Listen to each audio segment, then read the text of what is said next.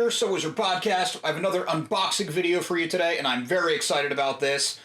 We all saw the end of Mandalorian Season 2, where Boba Fett takes Jabba's throne from Bib Fortuna, him and Fennec hang out, and I want to say it was the next day, within 24 hours, Iron Studios sent me an email. They know they have my money pretty much whenever they send me an email for something new and big like this. And it's been driving me crazy because I pre-ordered it way back then. It came in and it's just been sitting, waiting for me to do this video. I didn't want to miss the chance to share this with you guys because it's awesome. And I'm basically doing a commercial for Iron Studios again. This is not a sponsored video, though I wish it was. Hint to Iron Studios, send us some cool stuff. We will do more unboxings. But I guess I'm a sucker because I'm going to be doing them anyway. Got a beating around the bush here. Today's unboxing, Boba Fett and Fennec on the throne.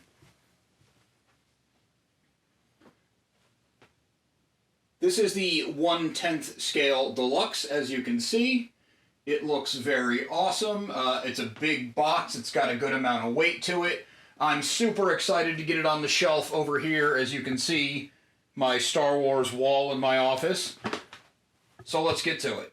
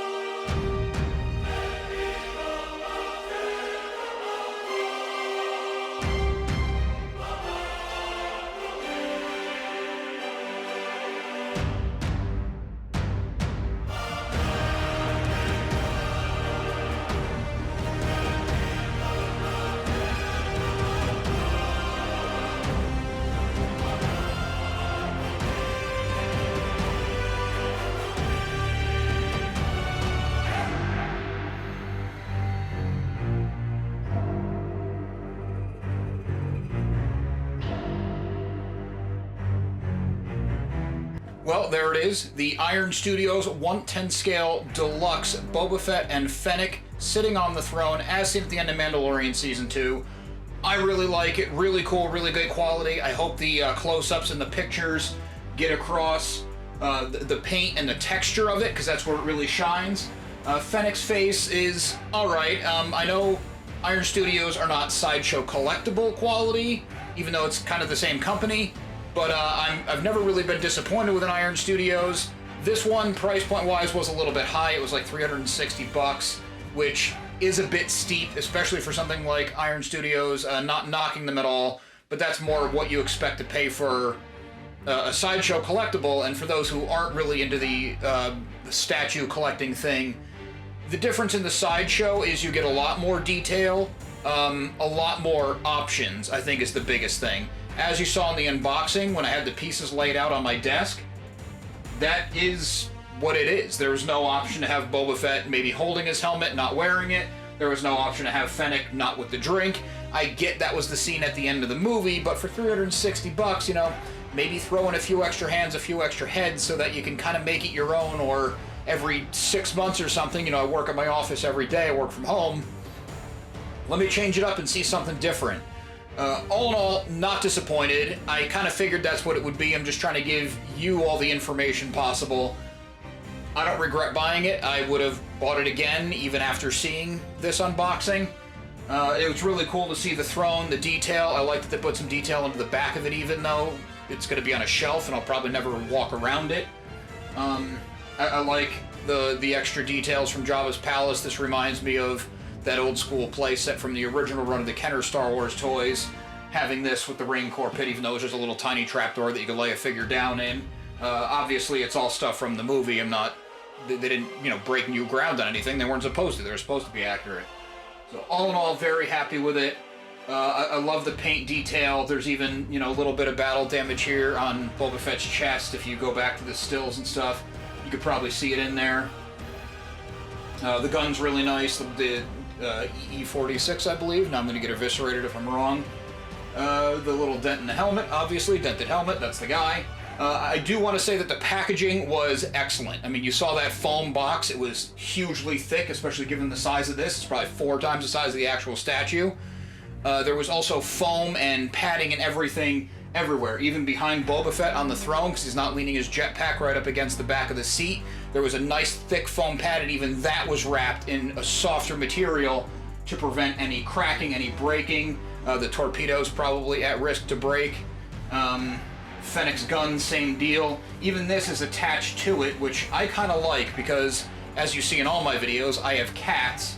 They do jump up on this dresser every now and then, which I will do my best to stop them from doing, because I don't want to lose an antenna or a gun tip or something. But having the things attached and secure, and it is a solid quality. This doesn't really bend too much with, even a little bit of pressure from my finger. So the cats probably shouldn't be able to mess with this too much. I have a Mandalorian up here, Din Djarin, where some of the accessories I had kind of in the back of the base of it so I could change it out on the fly without having to go back into the box again. And the cat would get up there and knock him on the floor. Didn't destroy him, luckily, but, it only takes one time to lose it. So having it all secure in one piece is good. Not that a statue should really be messed with. Please remember to like and subscribe. We have a lot more unboxings. Well, maybe not a lot more. I wish there were more. But I do have an upcoming trip to Galaxy's Edge, and I will be spending far too much money on things there, as well as the Wizarding World of Harry Potter. So I will, kind of do little show and tell things for that. We have a lot more interviews, new movie coverage, comic reviews.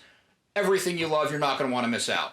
Speaking of not wanting to miss out, make sure you listen to So Wizard Podcast every single week, wherever you get your podcasts.